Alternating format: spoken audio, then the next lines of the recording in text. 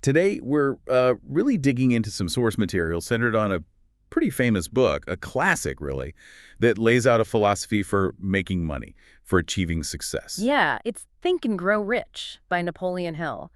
And the claim is it's based on what hundreds of successful people who often started with nothing, actually did. Right, and the backstory itself is kind of amazing. Apparently, Andrew Carnegie, the Andrew Carnegie, challenged Hill to spend, over 20 years researching this? Exactly. Basically said, figure out the secret to success and give it to the world. And Hill took him up on it. The source claims thousands have tested these ideas since then in all sorts of fields. So making fortunes, apparently. So, okay, our mission here for you listening is to unpack this. Let's pull out the core principles for getting rich, for success according to Hill, and also look at the obstacles he says get in the way. Okay, so where does it all begin? What's the absolute foundation according to this source? It starts with desire. But, and this is key, it's not just, wishing. Hill insists it has to be a burning desire, something that really takes over, becomes an obsession almost. An obsession that then drives you to make definite plans and, crucially, stick with them. Persistence. Yeah, exactly. He uses the story of Edwin C. Barnes, this guy who desperately wanted to partner with Thomas Edison. Right, Barnes didn't know Edison, didn't have money for the train half the time, showed up looking like a tramp, basically, but he had this one single burning desire. And Edison gave him, a really menial job, didn't he? Nothing close to being a partner. Nope, but Barnes took it. And the source says he stayed there for 5 years, doing low-level work, no real encouragement towards his goal, just holding on to that one definite purpose. Until the opportunity finally came. He saw his chance with the new Edison invention, the Ediphone dictating machine.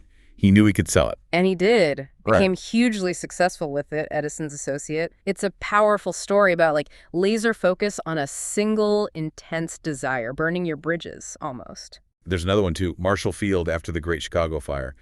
Everything's destroyed. Yeah, total devastation. Most people were ready to pack up and leave Chicago. But Field, standing there in the ruins, apparently pointed and said he'd build the world's greatest store right on that spot. That kind of absolute, unwavering desire in the face of disaster, that's presented as critical. Okay, so you have this burning desire. How do you actually, turn that into money? The source gives a very specific 6-step method. It's quite practical. Right, not fuzzy at all. Step 1, fix the exact amount of money you want. Down to the dollar if possible, no vagueness. Step 2, determine precisely what you intend to give in return for that money. There's no something for nothing here. What service, what merchandise, what idea? Step 3, set a definite date, Okay. a deadline for when you intend to have this money. Adds that urgency. Step 4, create a definite plan to get it. And this is important. Start immediately. Whether you feel ready or not, take the first step. Okay. Step 5, write it all down. A clear, concise statement. The amount, the date, the what you'll give, the plan. Put it in writing. And finally, step 6, read that statement aloud. Twice a day, morning and night. And here's the kicker. As you read it, you have to see, feel, and believe you already possess the money. That seeing, feeling, believing part Huh. that leads straight into the next big pillar Hill talks about, which is faith. Yeah, faith is described almost mystically. He calls it the eternal elixir. It's what gives power and life to your thoughts. It's framed as the only way to tap into what Hill calls infinite intelligence. And it's directly connected to something called autosuggestion, which basically means your mind believes what you tell it repeatedly. Exactly. You feed your mind statements of faith or statements of fear, and eventually your subconscious accepts them as true. It works constructively or destructively. You choose. So the subconscious mind, Hill paints it as this, like chemical laboratory. It takes your dominant thoughts, especially those mixed with feeling, and starts translating them into their physical equivalent. And it acts primarily on belief. So you're essentially programming it through habit, especially the habit of faith, using that 6-step method daily. And to make sure that programming works for you, not against you, Hill stresses keeping your mind dominated by positive emotions. Absolutely. Things like faith, love, hope, enthusiasm, courage. These are the constructive forces. He argues that negative emotions, fear, hatred, greed, jealousy, can't really coexist in the mind with the positive ones. So you need to cultivate the habit of focusing on the positive. He shares a really personal, quite moving story about this, doesn't he? Yeah. About his son Blair, who was born without ears, essentially deaf. It's a very powerful illustration. Hill talks about forming this intense burning desire for his son to hear, not just wishing, but a deep conviction. And he believed he transferred that desire, that faith, to his son. And it wasn't passive. It drove him to search for solutions, which led them to discover the principle of bone conduction for hearing. Right. And ultimately, Blair himself, inspired by this, got involved in developing hearing aid technology based on bone conduction, helping countless people. Hill presents it as a direct result of that focused desire, backed by unwavering faith, turning a huge obstacle into a life's work, an asset. It shows the power of that internal state, desire plus faith. And on a massive scale, he points to someone like Mahatma Gandhi. Think about it. Gandhi influenced millions, shifted empires, really, without any of the conventional tools of power. No army, no vast wealth initially. Just the sheer force of his belief, his desire for India's independence, communicated with such faith that it mobilized millions.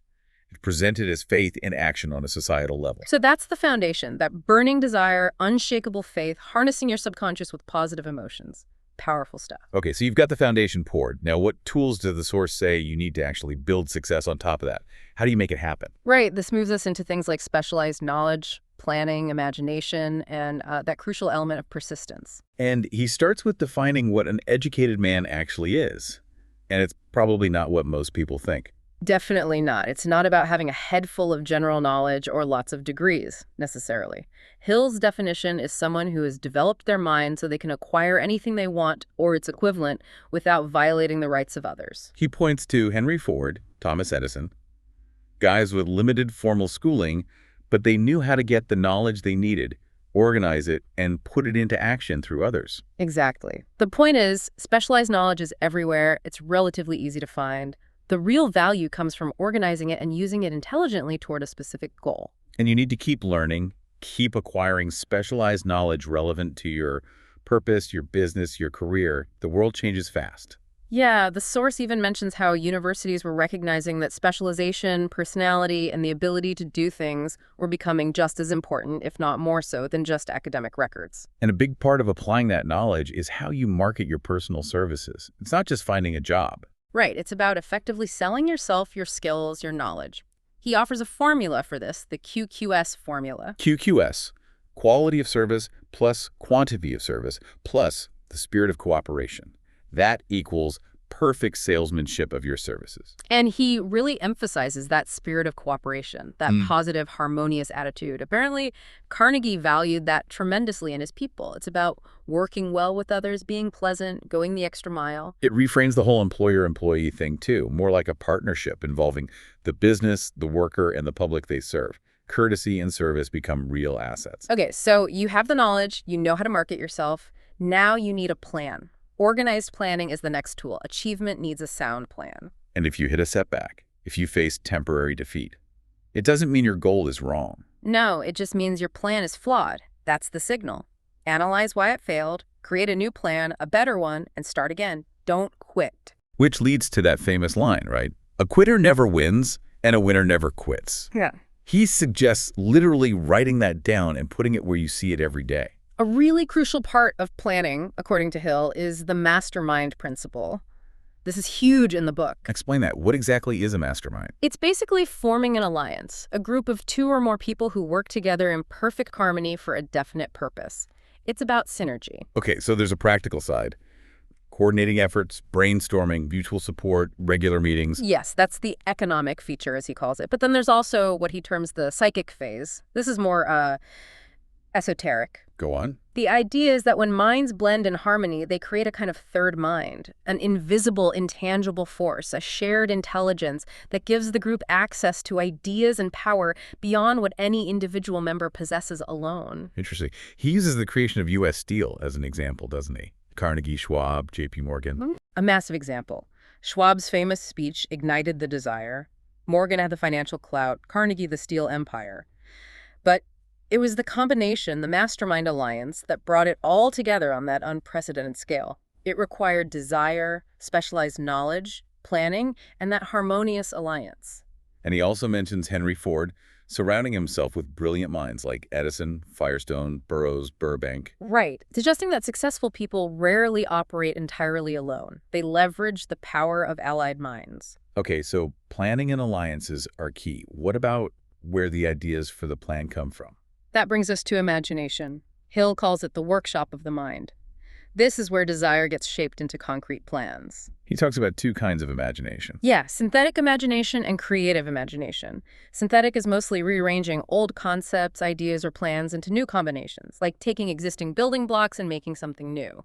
Most invention is probably this. Okay, and creative imagination. That's presented as the faculty that taps into, well, infinite intelligence again. It receives brand new ideas, hunches, inspiration. It's where breakthroughs come from, the sixth sense at work.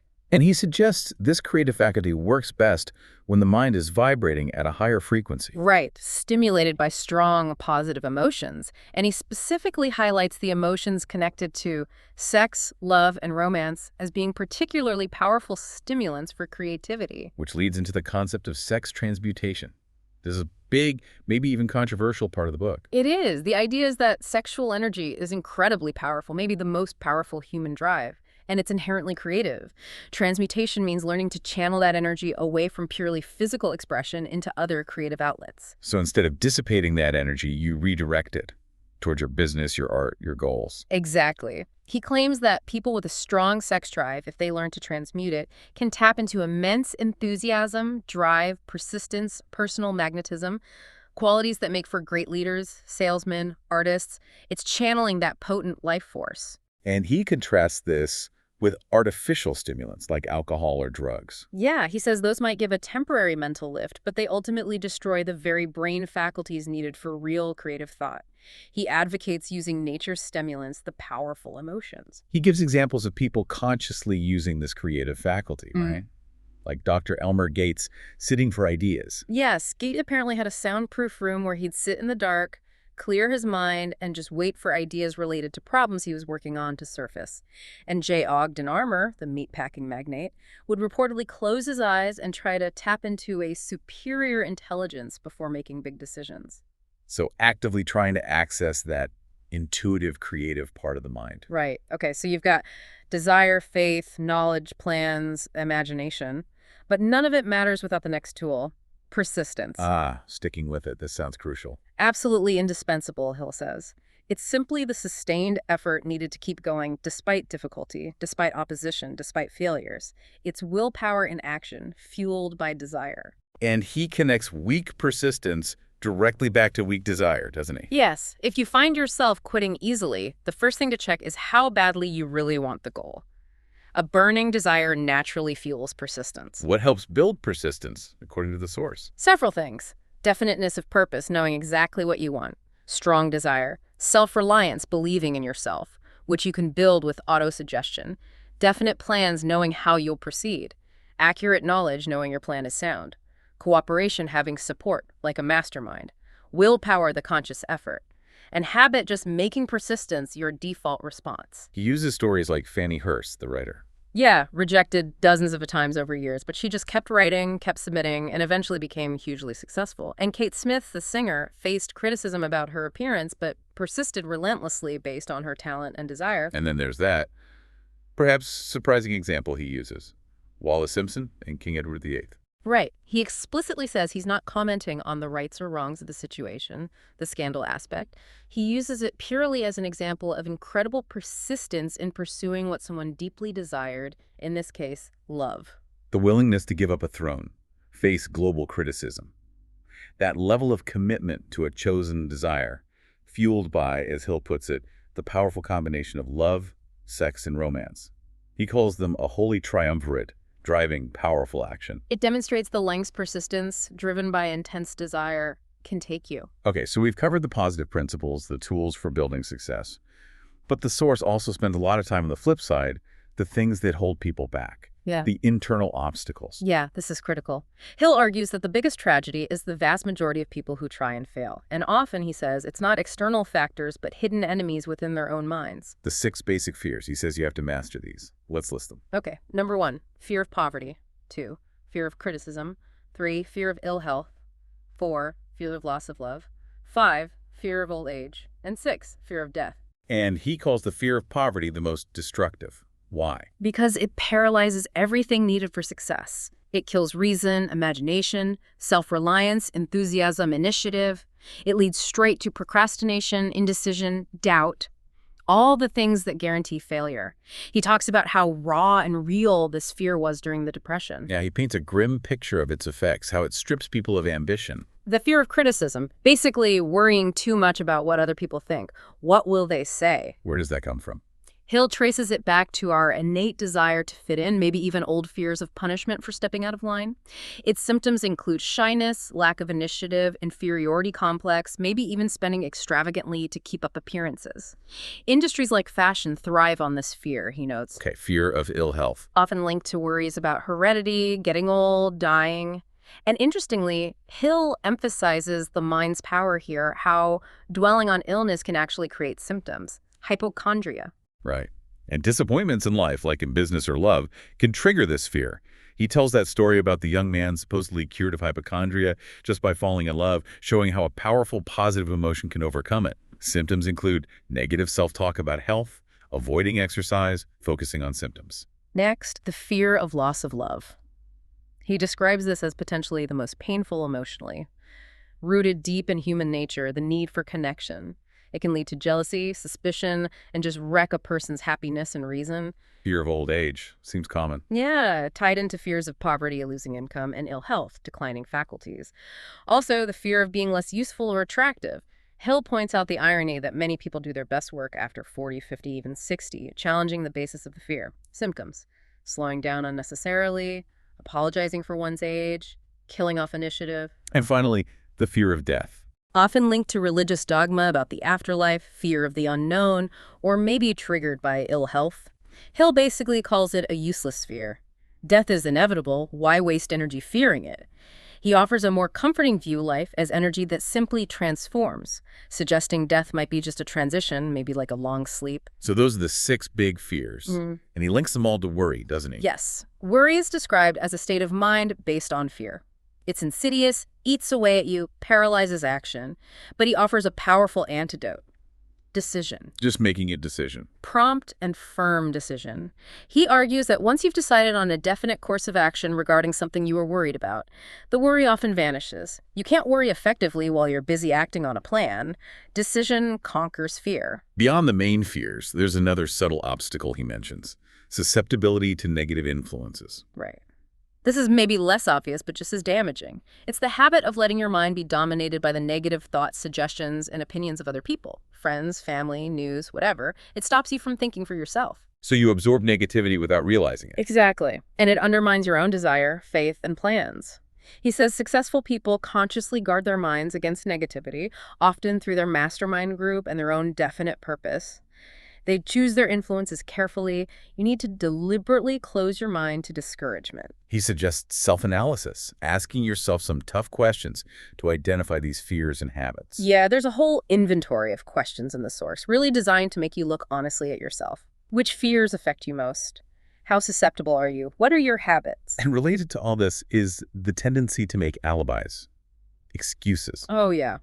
Hill calls alibi building a national pastime. The IF only habit. If I had money, if I had education, if I had connections.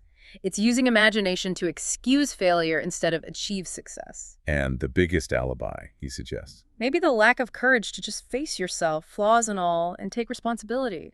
It's easier to blame circumstances than to change yourself. Wow. It's a pretty thorough internal checkup he demands. It's not just about positive thinking. It's about actively rooting out the negative, too. Exactly. Mastering the inner world is presented as the prerequisite for mastering the outer world. Okay, so we've covered a lot of ground in this deep dive. From that absolute starting point, a burning desire, through the necessity of faith, using your subconscious positively. To the practical tools. Specialized knowledge, organized planning, the power of imagination, the crucial role of persistence, and that mastermind synergy. And then facing those internal demons.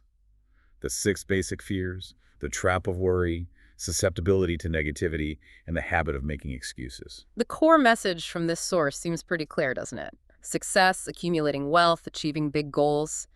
It's not really presented as luck or being in the right place at the right time. No, it's framed almost entirely as an inside job. Mastering your thoughts, your emotions, applying these principles consistently, and crucially, overcoming those internal fears and negative habits.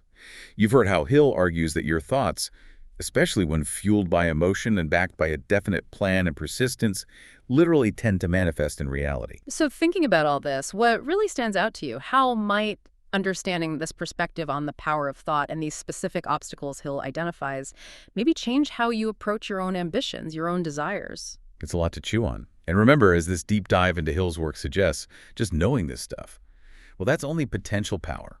It only becomes real power when you actually organize it into definite plans and take persistent action.